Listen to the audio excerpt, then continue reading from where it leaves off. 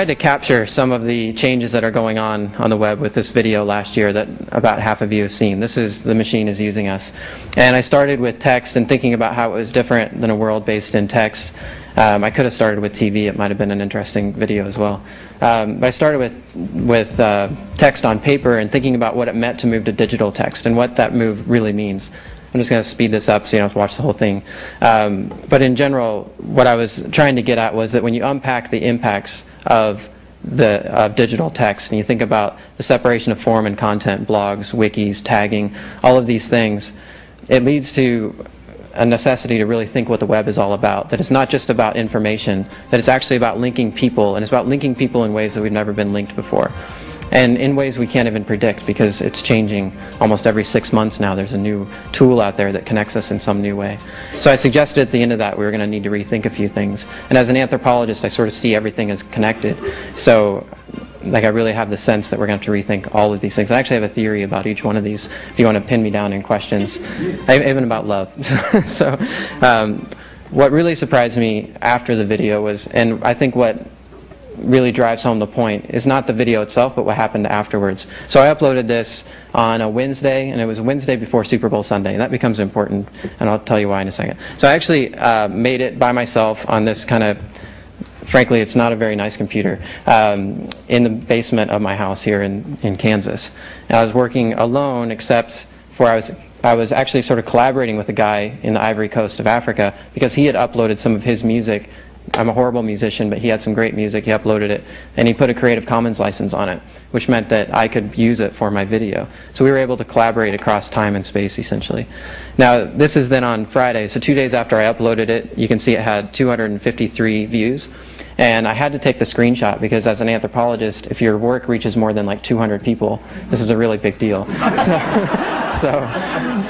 So I took the screenshot and I actually sent it to my department head, to put it in the tenure file.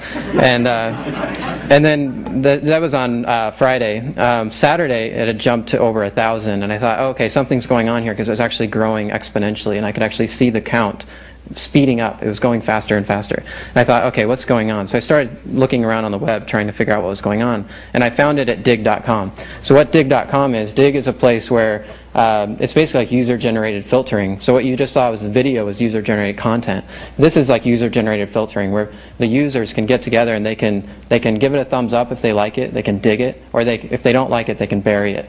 And the stuff that gets dug up ends up on the front page, and here you can see it's actually coming out to the front page through this user-generated filtering process.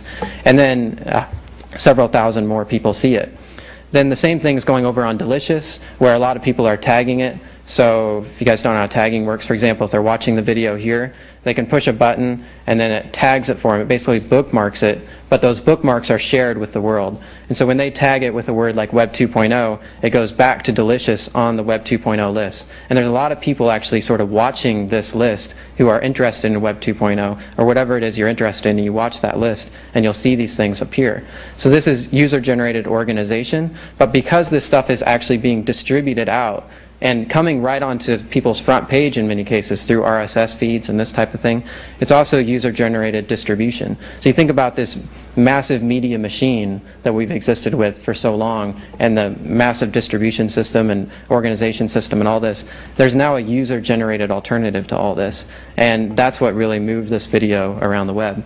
So there's also going throughout the blogosphere, and this is user-generated commentary. But the cool thing about that is that each time somebody blogs it, it actually kind of scores a point, you might say, on Technorati. And so Technorati is actually counting the number of times people are blogging these things and keeping track of these. So there's a ranking system. So this is now Super Bowl Sunday morning. And it actually appeared in the top 5, and I was just totally blown away by this. But we knew it was Super Bowl Sunday, so we're thinking, oh gosh, by 7 o'clock tonight, all the viral videos from the Super Bowl or all the commercials are just going to bombard the web, and we're going to be blasted out of the top 20. So we're just like hitting refresh, refresh, refresh. My wife and I are just sitting there, refresh, refresh, and we're hoping it'll get to #1, and it actually did. So by noon that day, it was the #1 video in the blogosphere. And then actually the next day, most of the videos were from the Super Bowl, but standing on top of that, was my video. So here we had these commercials, which on average cost $3.6 million to produce and get out on the web, and my little video, which cost nothing to produce, was sitting on top. So there's really something interesting going on here. This is taken some time ago. You can see it had almost 5 million views at that time. Over 13,000 people were writing about it.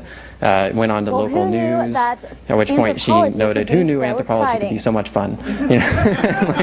And there you saw the introduction earlier. Went to Wired. It was translated into 12 different languages within a matter of months. Went all over the world from there. So we're really living in a different kind of mediascape here. YouTube is a part of it, but it's actually, you got to think about the whole mediascape. You can't just think about YouTube if you're thinking about the anthropology of YouTube.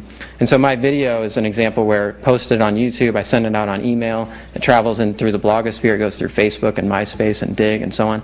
And this is showing that there's this really interesting integrated mediascape that we now live in.